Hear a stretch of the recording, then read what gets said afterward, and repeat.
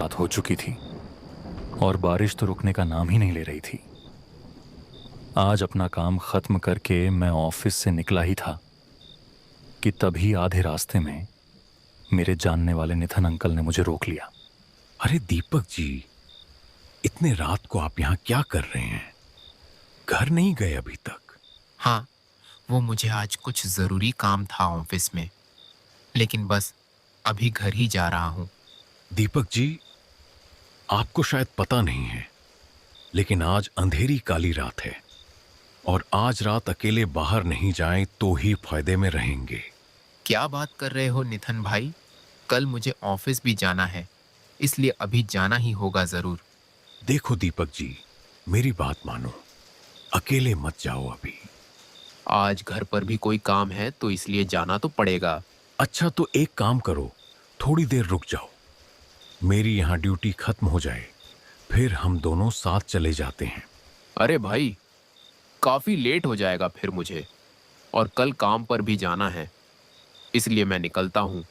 आखिरी बस आती ही होगी, अगर वो छूट गई तो मुश्किल हो जाएगी। अच्छा चलो, गुड नाइट भाई।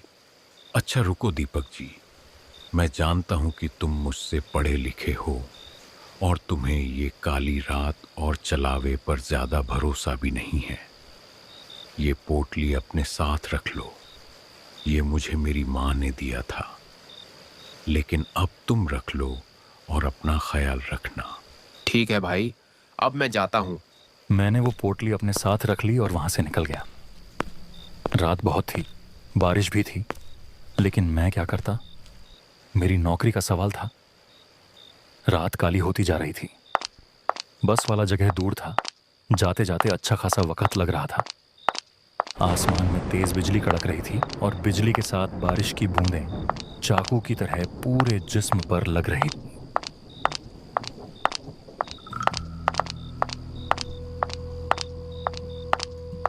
अब थोड़ी देर बाद मैं बस के जगह पर पहुंच गया था। वहां पर खड़े होकर मैं गाड़ी का इंतजार करने लगा। बारिश और भी ज्यादा हो गई थी और मेरे आसपास अब कोई भी दिखाई नहीं दे रहा था। वहां पर सिर्फ मैं ही इंतजार कर रहा था। कुछ देर इंतजार करने के बाद मुझे अंदाजा हो गया कि शायद वो आखिरी बस भी निकल चुकी थी। तभी मैंने रोड पर सामने एक अजीब सी लड़की देखी जो वहां पर बैठी हुई थी। अंधेरा बहुत ज्यादा था, इस वजह से मुझे वो ठीक से दिखाई नहीं दे रही थी। तभी आसमान में जोर से बिजली कड़की, जिससे मेरा ध्यान हट गया। और फिर जब मैंने उस जगह पर देखा तो वहां कुछ भी नहीं था। ये बात मुझे काफी अजीब लगी। मैं उसी के बारे में सोच ही रहा था कि अचानक वहां पर एक गुलाबी रंग की साड़ी में एक लड़की मेरी तरफ आने लगी।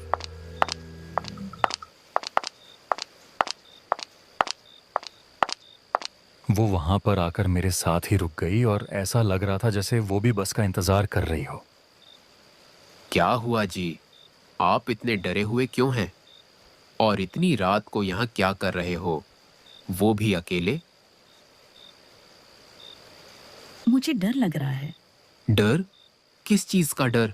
मुझे इस रास्ते से और अंधेरी रात से डर लग रहा है। क्या आपको डर नहीं लग रहा?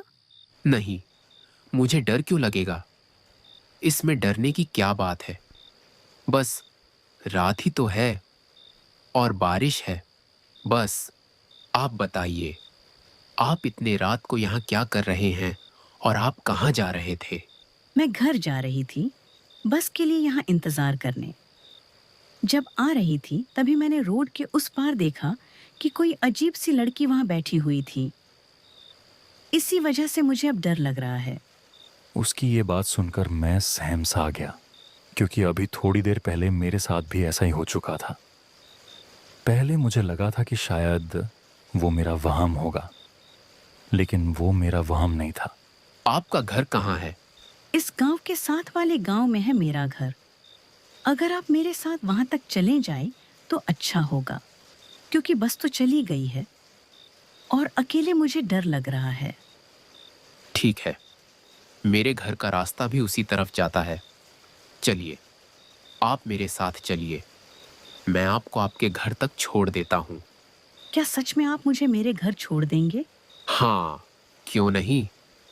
वैसे भी आपका उस सुनसान रास्ते में अकेले जाना ठीक नहीं। चलिए, मैं आपके साथ जाता हूँ। वो लड़की मेरे साथ जाने के लिए तैयार बैठी थी और अब उस सफ़र पर हम दोनों साथ में निकल पड़े। हम दोनों पूरे रास्ते बातें करते हुए जा रहे थे। मुझे जो पहले थोड़ा डर लग रहा था, अब बिल्कुल भी नहीं लग रहा था। शायद मेरे अकेलेपन की वजह से ही मुझे डर महसूस हो रहा था। हम दोनों पूरे रास्ते बारिश में भीग रहे थे। रास्ते में अजीब अजीब सी आवाज़ें आ रही थीं। एक जगह तो हमें ऐसी आवाज़ें सुनाई देने लगीं जैसे कोई पुरानी कविता गा रहा हो। हम रास्ते पर चलते गए, लेकिन वो आवाज़ें भी उतनी ही आती रहीं। फिर हम दोनों एक जगह पर रुक गए। आपने कोई आवाज सुनी? आवाज? कैसी आवाज? अरे, इतने अजीब से आवाज जैसे इस सुनसान जगह में कोई दूर बैठा हुआ पुरानी कविता गा रहा हो। हाँ, तो क्या तुम्हें भी ये आवाजें सुनाई दे रही हैं? मैं तो समझा कि शायद सिर्फ मुझे ही ये आवाजें आ रही हैं। लेकिन छोड़ो, मुझे लगता है कि कोई दूर से ऐसे ही आवाजें होंगी, या शायद बारिश की आवाज होगी। आप डरे मत, कुछ नहीं है। नहीं जी, ये कोई बारिश की आवाज नहीं है। ये तो ऐसी आवाज है जैसे कोई कुछ गा रहा हो या कोई रो रहा हो। मुझे तो डर लग रहा है। अरे, डरने की कोई बात ही नहीं। आप बस मेरे साथ चलें, कुछ नहीं है। आपको शायद पता नहीं है ना, इसलिए आप ऐसा कह रहे हैं। आज काली रात है और सुना है इस काली रात में इस तरह के सुनसान जगहों में चिलावा निकलता है। अरे, चीलावा वीलावा कुछ नहीं होता। आप भी इस तरह की फिजुल बातों पर यकीन करते हैं। अब छोड़ें ये सब और आप मेरे साथ चलें। मैं आपको घर तक पहुंचा दूंगा और कोई चिलावा नहीं है।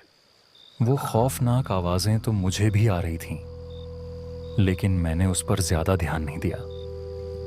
सच बताऊं तो डर मुझे भी लगने लगा था, लेकिन मैं उस लड़की के सामने उसे और नहीं डराना चाहता था, इसलिए मैं उसे दिलासा दे रहा था। हम दोनों फिर से चलने लगे।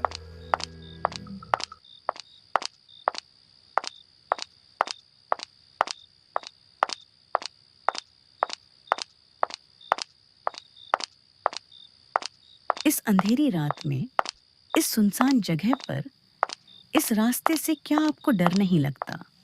नहीं, इसमें डरने की क्या बात है? बस सिर्फ अंधेरा ही तो है। नहीं, बस सिर्फ अंधेरा नहीं है।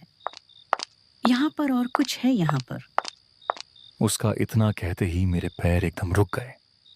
और कुछ भी का क्या मतलब? क्या है यहाँ पर? मैंने सुना है कि इस रास्ते पर चिलावा घूमता है, जो अक्सर लोगों को अपनी बातों में डालकर मत देता है। नहीं, मैंने पहले भी कहा कि चिलावा जैसा कुछ नहीं होता। चिलावा वैसा कुछ नहीं होता। ये सब कहने की बातें हैं बस। आपने देखा नहीं है ना, इसलिए आप ऐसी बातें कर रहे हैं। जिस दिन आप सच में देख लेंगे, फिर आप ऐसी बातें नहीं करेंगे साहब जी। तुम तो ऐसे बातें कर रहे हो जैसे कि तुमने सच में कोई चिलावा देखा है।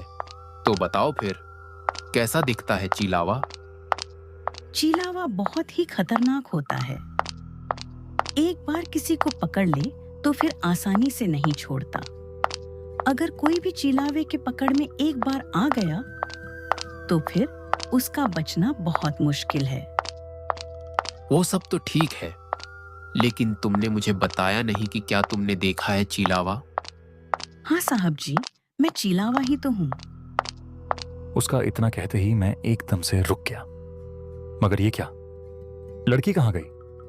मैंने इधर उधर देखा, मगर वो कहीं भी नहीं थी। अब मुझे उसकी बातों से डर लग रहा था। मुझे समझ नहीं आया कि वो कोई थी भी और अचानक गायब कैसे हो गई। मैं अब बहुत डरा हुआ था। मेरी सांस मानो थम सी गई थी। मैंने बिना इधर उधर देखे ही चुपचाप चलना शुरू कर दिया। जो ये चिलावा वगैरह पर यकीन नहीं करता था, अब मुझे इस पर यकीन होने लगा था। डर के मारे मेरे हाथ पैर कांप रहे थे। बस मैं किसी तरह इस रास्ते को पार करना चाहता था।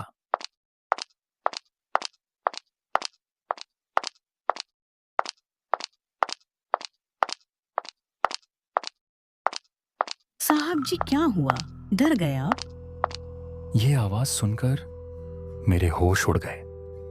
मैंने पीछे मुड़कर देखा तो वो लड़की फिर से वहीं पर खड़ी थी। अब मुझे उस लड़की से बहुत डर लग रहा था। तुम कहाँ चले गए थे? अरे साहब जी, आप तो डर ही गए। मैं तो बस आपसे मजाक कर रही थी। उसका इतना कहते ही मेरी जान में जान आई। तुमने तो मुझे सच में ही डरा दिया था। साहब जी, लेकिन आप तो कह रहे थे कि चलावा वगैरह कुछ नहीं होता, तो फिर किस चीज से डर रहे थे? उसके सवाल का उस वक्त मेरे पास कोई जवाब नहीं था। मैं कुछ ना बोल सका। अच्छा, अब चले। घर भी जाना है, रात ज्यादा अंधेरी हो चुकी है। हाँ साहब जी, चलें।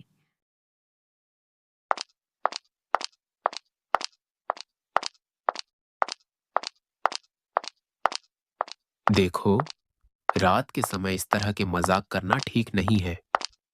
क्यों साहब, आप मेरे मजाक से डर गए थे ना? नहीं, मैं डरा नहीं था। बस थोड़ा सा ही परेशान हो गया था कि तुम कहाँ चले गए थे। अच्छा, क्या अभी भी आपको यही लगता है कि चलावा नहीं होता? अरे छोड़ो ना ये चलावा की बातें, कोई और बात करते हैं। देखो, हम शायद बस घर पहुंचने ही वाले हैं। नहीं साहब जी, घर तो अभी बहुत दूर है। लगता है तुम्हारा इस रास्ते से रोज का आना जाना है, इसलिए तुम्हें रास्ते की ज्यादा जानकारी है। हाँ साहब जी, इस रास्ते से तो मेरा रोज का आना जाना लगा रहता है। तो क्या तुम्हें इस रास्ते में हर रोज अकेले जाने से डर नहीं लगता? क्योंकि यहाँ पर तो रात के वक्त कोई भी नहीं होता। नहीं साहब जी, मुझे डर क्यों लगेगा? मुझे डर नहीं लगता क्योंकि मैं खुद एक चलावा हूँ। अच्छा, मजाक कर लेते हो तुम भी। लेकिन इस बार ये मजाक नहीं है। उसका इतना कहते ही मैं फिर से रुक गया। देखो, मेरे साथ इस तरह का मजाक मत किया करो। मुझे इस तरह का मजाक बिल्कुल भी पसंद नहीं है, और अगर तुम ऐसे ही करोगे तो मैं तुम्हें यहाँ ही छोड़ दूंगा। बस अब चुपचाप मेरे साथ चलो। इतना कहकर मैंने उसकी तरफ देखा, लेकिन वह फिर से गायब हो चुकी थी। देखो, रात बहुत हो चुकी है। मेरे साथ इस तरह का मजाक मत करो। चलो, जल्दी से निकलो, रात हो गई है। तुम्हें घर नहीं जाना? मैंने उसे बहुत बार आवाज लगाई, लेकिन वह कहीं पर नहीं थी। देखो, मैं जा रहा हूं, तुम फिर अकेले आना। मैंने फिर से आवाज दी, लेकिन वह मुझे कहीं दिखाई नहीं दी। अब मैंने आगे बढ़ने का सोचा, लेकिन मुझे उस लड़की की भी फिक्र हो रही थी। आखिरकार यह रास्ता इतना सुनसान है और रात काफी काली हो चुकी थी। अजीब अजीब सी आवाजें आ रही थी, लेकिन अब मुझे आगे बढ़ना ही सही लगा।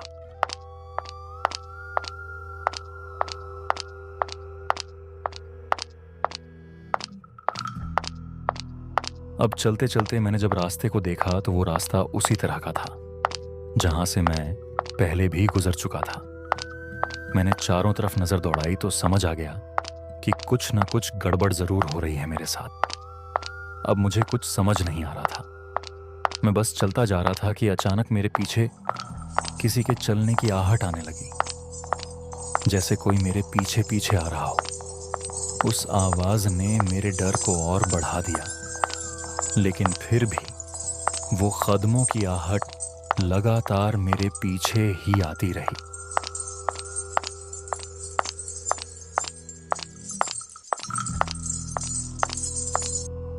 साहब जी, आप इस चलावे से निकल नहीं पाओगे। ये आवाज कुछ जानी पहचानी थी, क्योंकि ये उसी लड़की की आवाज थी। मैंने पीछे मुड़कर देखा और जो मैंने देखा वो सच में बहुत भयानक था। वो लड़की पूरी तरह बदल चुकी थी। उसकी आंखें लाल थीं और उसके हाथ पांव और जिस्म ऐसे थे जैसे कोई खूंखार जानवर हो।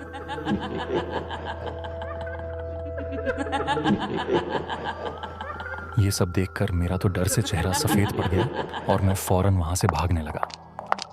मैं तेज तेज चलने लगा। मेरा दिल बहुत तेज धड़क रहा था। बस मैं किसी तरह उस रास्ते से बाहर निकल जाना चाहता था। किसी तरह मैं वहां से निकल गया। तभी मुझे याद आया कि वो चाचा ने मुझे एक पोटली दी थी जिसे मैंने जेब में रखा हुआ था। उसी से मैं बच गया था। अब मेरी जान में थोड़ी जान आई और उस अंधेरी रात में मैं उस चलावे के पकड़ से बच निकला।